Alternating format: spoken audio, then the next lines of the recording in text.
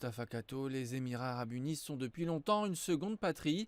Il a passé près de 40 ans dans le secteur du tourisme, faisant la navette entre Dubaï et la Tanzanie au service tant des voyageurs d'affaires que des touristes. Mais les récentes tensions avec l'Iran et les perturbations qui ont touché le trafic aérien et les activités commerciales l'ont durement frappé, le contraignant à rapatrier sa famille en Tanzanie. Les agences de voyage tanzaniennes ont été durement touchées dans leur ensemble. Nous avons constaté un nombre considérable d'annulations pour les vacances de l'Aïd et de Pâques. Les gens ne souhaitent plus se rendre à Dubaï pendant cette période. Les répercussions se font sentir au-delà du secteur touristique. Les difficultés d'approvisionnement liées au conflit ont fait grimper les prix mondiaux du pétrole, suscitant des inquiétudes pour les économies dépendantes des importations comme celle de la Tanzanie. Les autorités affirment prendre des mesures pour soutenir les entreprises et garantir un approvisionnement régulier en carburant. Nous ne pensons pas que les situations que l'on observe dans d'autres régions se produisent ici dans notre pays. Nous veillerons à tout moment à ce que le carburant reste disponible.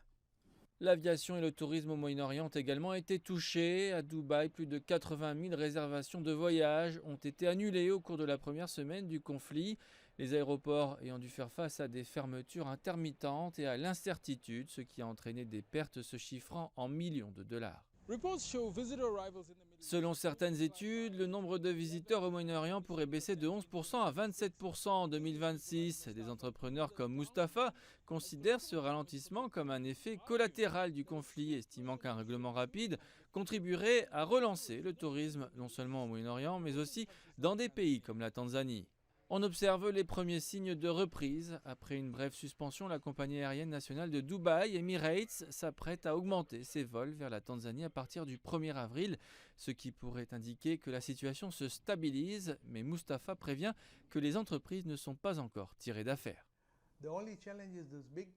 Le principal défi réside dans le fait que les principaux importateurs de marchandises en Tanzanie sont confrontés à des retards dans les expéditions, à une hausse des frais de transport et à un choix limité de vols.